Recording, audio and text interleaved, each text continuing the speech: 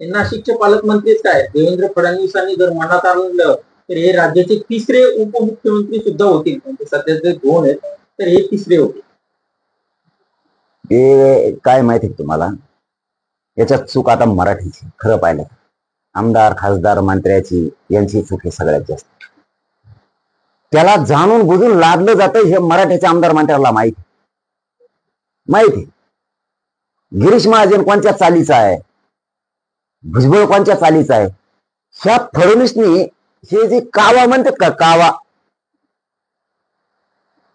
Show कावा आहे. ते पूर्वी म्हणायचे बघा गावखेड्यानी, देवबाप्पाचा कावा. शो कावा आहे, शो कळू देत नाही. छगन भुजबळला वाटतं मला मोठे पण दिले, पण तो हातातून त्याला पाप घडून आणायचं देवेंद्र फडणवीसला. ही एक ओबीसीची नेत्याची एक फळी तयार केली आहे फडणवीसनी, आणि ती मराठ्यांच्या विरोधात सोडायची. आता हे मराठ्यांच्या आमदार खासदार मंत्र्यांचे कस काय डोळे उघडत नाहीत. यांना कळत नाही का देवेंद्र फडणवीस हे जाणून बुजून आपल्या जातीच्या विरोधात आग वकायला लावतो, त्याला आग वकायला लावतो. कळत नाही यांना. हे शेण खात्यात का सगळे. यांना वाटत नाही का आमच्या बी मराठ्याच्या मंत्र्याला आमदाराला आपल्या जातीचं वाटोळ व्हायला लागले. फडणवीस एक दिवस असा माणूस होणार आहे, तुम्ही लक्षात ठेवा. आता असा माणूस होणार आहे की सगळ्यात राजकारणातून कामातून गेलेला माणूस होणार आहे तर देवेंद्र फडणवीस होणार. कारण कितीही रिवास आले एखादे मंत्री तरी शेवटी त्यांचं नाव राहतं, पण याचं नाव सुद्धा राहणार नाही. इतक्या थर्ड क्लास स्टेजला जाणार आहे एक दिवस. राजकारणातला सगळ्यातला संपलेला माणूस नाव जर कधी काळे निघलं 10-20 पिढ्यात तर फडणवीसचं निघा. सुधार भाऊ, तुला सुधारायला संधी आणि मोका देतो, सुधार. दंगली घडायचं काम बंद कर. मराठ्याचं आरक्षण दे, असता लय भयानक परिणाम घडून आणणार आहेत. महाजन जे म्हणाले की भुजबळ तिसरे उपमुख्यमंत्री होतील, तर हा महाजनांचा कावा म्हणायचा का आपण? देवेंद्र फडणवीस महाजन फाजन हे काय, हे बँडक्या कुंकड वाढत येते. यांना तिथल्या बँडक्या नाहीत, गटारा गुटरातल्या लोक मुतल्याचं गटर नसतं कधी, त्यातले हे गटरीतले बँडक्या आहेत. किड्याला काही किंमत नाही त्याच्यापेक्षा. फडणवीस म्हणजे एक असा माणूस आहे की वापर किती करता येईल. तुम्हाला उदाहरण दिलं ना, यांना नका पटू देऊ, पण मी बोललेले एक दिवस पटणार यांना. शिंदे साहेबांना सुद्धा वापरून फेकून देत. अजित पवार सुद्धा तीच गती, आता तीच गती. हे भाजपमधल्या सगळ्या मंत्र्यांचा सुद्धा आमदार सुद्धा फक्त वापर करतो. आणि हे मी बोललेलं त्यांना पटतंय, पण ते सत्य म्हणून सध्या बोलत नसतील.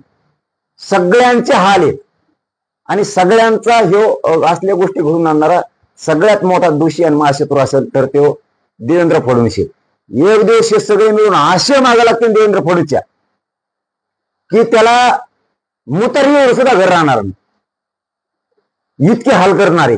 ध्यानात ठेवा म्हणा, तुला एक दिवस एवढं फेडावं लागणार आहे देवेंद्र फडणवीसला. सगळ्या पक्षातले आमदार मंत्री खासदार असे मागा लागणार याच्यात, कारण यांनी लय जणांचा सूड घेतला आणि आता त्याला शेवट दंगल घडवून सूड घ्यायचा मराठ्याचा. मराठ्याला आरक्षण नाही द्यायचं, पण दंगल त्या भुजबळच्या हाताने त्याला करायची. मोर्चा काढायला लावायचे, कुठं काय बडबड करायला लावायची, काहीतरी करायला लावायचं. त्याने एक गट तयार केलाय ओबीसी, आणि तो मराठा आरक्षणाला विरोध करायला लावणार आहे. पण भुजबळने जर त्याच्या सांगण्याने विरोध केला तर मराठ्याच्या सगळ्या पक्षातल्या आमदार मंत्र्यांनी त्याच्यावर तुटून पडलं पाहिजे. नसता मराठी तुम्हाला गावात फिरून नाही जाणार. गोदापट्ट्यातल्या 123 गावातील मराठा समाजाची काय या बैठकीत चर्चा झाली, तुम्ही काय मुद्दे मांडले? गोदापट्ट्यानं हा एक 2 वर्षापूर्वी लढा उभा करण्यासाठी खरं सुरुवातीचं योगदान होतं.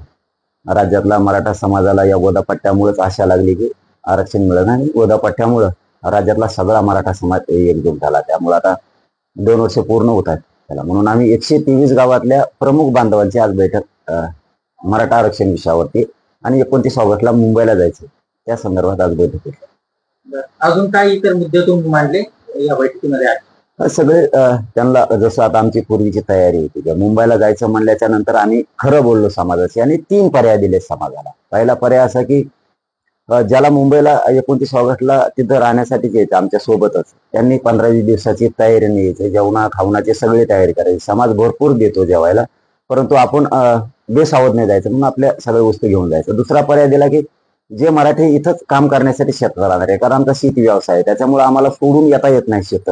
तर त्यांनी फक्त 2 दिवस मुंबईला वाटा लावायचे, 27-28 फक्त 2 दिवस मुंबईला वाटा लावायचे, त्यांनी काम करायला शेताकडे यायचं. म्हणजे 2 दिवस त्यांनी काम बुडवायचं. आणि तिसरं असं ठरलंय की ज्या माता मावल्या आहेत त्या मुंबईला येणार नाही, मग त्यांनी एक दिवस काम बुडायचं. म्हणजे ज्या रस्त्यावरून आम्ही जाणार आहेत त्या रस्त्यावरती 100 किलोमीटरवरून चारही बाजूनी सगळ्या मातामौलींनी त्या रस्त्यावरती येऊन आशीर्वाद द्यायचा फक्त, असं या स्वरूपात ठरलंय. आणि शिक्षक, डॉक्टर, वकील, जे आमचा कर्मचारी वर्ग आहे सगळा, नौकर वर्ग राज्यातला, व्यावसायिक वर्ग, राजकीय श्रीमंत माणसं, यांना सुद्धा सांगितलंय की तुम्ही सुद्धा 2 दिवसासाठी सगळ्या तुमच्या गाड्या घेऊन मुंबईपर्यंत आशीर्वाद द्यायला म्हणून सोबत यायचं. आणि गरीब मराठी तर रात्रंदिवस तिथंच राहणार. आता हैदराबादचं गॅजेट घेतल्याशिवाय आम्ही मागं हटत नाहीत, हे स्पष्ट ठरलंय. सगळ्या सोयरीची अंमलबजावणी मराठा आणि कुणबी एक हे याच्यावरती जाहीरपणानं आज विषय झाले की घेतल्याशिवाय मागे फिरायचं नाही. सातारा संस्थांचं गॅजेट आहे, बॉम्बे गव्हर्नमेंटचं, हे केसेस सगळ्या मागे घेतल्याशिवाय, मराठा आरक्षणासाठी बलिदान केलेल्या कुटुंबाच्या नोकऱ्याचा निधीचा प्रश्न जाणून बुजून देवेंद्र फडणवीसने अडकून ठेवला. नोंदी सापडलेल्या असूनही देवेंद्र फडणवीस देऊ देत नाही, जाणून बुजून ऍडमिशन हुकून गेल्याच्या नंतर द्यायला लावतात, किंवा मग नोकर भरती असेल तर नोकर भरती झाल्याच्या नंतर द्यायला लावतात. म्हणजे ही जी त्यांची पद्धत आहे ही बंद झाली पाहिजे. शिंदे साहेबाच्या समितीला मुदतवाढ मिळाली पाहिजे 1 वर्षाची, व्हॅलिड त्या होत नाहीयेत.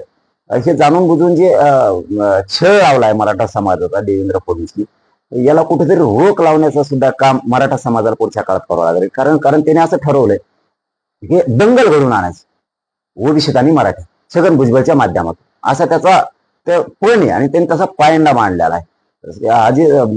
त्याने असे त्याला वावकळ उठवायची होती की अजित पवारांनी छगन भुजबळला दिलं, परंतु तसा प्रकार तो घडलेला नाहीये. कारण त्याला काय, एकदा काम झालं की वापरून फेकून देणारा माणूस म्हणलं तर राज्यात कोणतं, ते देवेंद्र फडणवीस. त्याला गरज होती तर शिंदे साहेबाला जवळ घेतलं. आता शिंदे साहेबाची गरज संपली, आता अजित पवारांना दादांना जवळ घेतलं. आता त्यांची गरज संपन आणखी कोणाला तरी घेत.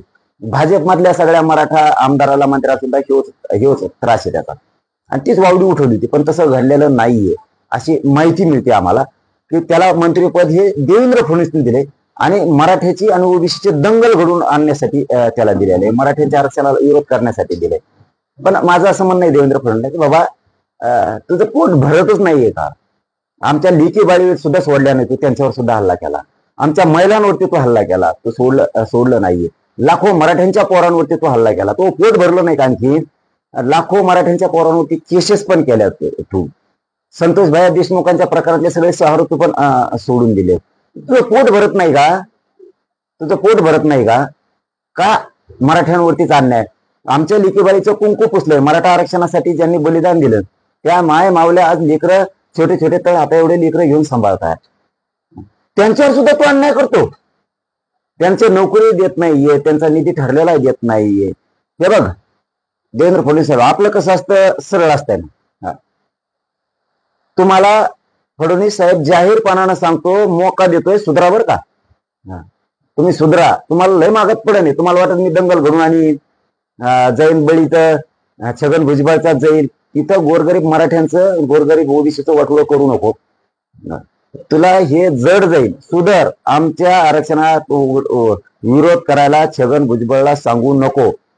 कारण आता सगळ्यांचे डोळे उघडणारे साहेब, भाजपमधल्या मराठ्यांच्या आमदाराचे आणि मंत्र्याचे पण, राष्ट्रवादीतल्या आमदारांच्या मंत्र्यांचे पण, शिवसेनेत